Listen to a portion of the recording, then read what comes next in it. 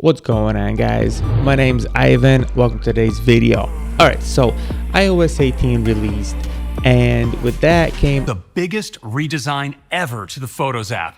some people love it, some people hate it. Me personally, I have mixed feelings about it. It's a little too cluttered for me, so this video is for people who find the app too cluttered. This is what I did to help me clean it up a little bit. Anyway, you scroll all the way to the bottom, you click on customize and reorder, and you uncheck everything you don't want to see in there. Uncheck, uncheck, uncheck, uncheck. The only two things I have checked are the shared albums. Me and my fiance share pictures of the kid all the time, and certain albums, those need to be in there.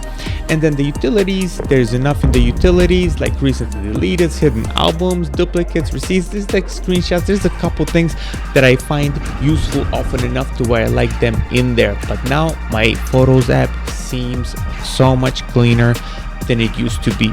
So if you find it too cluttered, this right there is a nice little solution to help you guys cope with the new changes. Anyway, hope you guys like it. Hope it helps. Peace.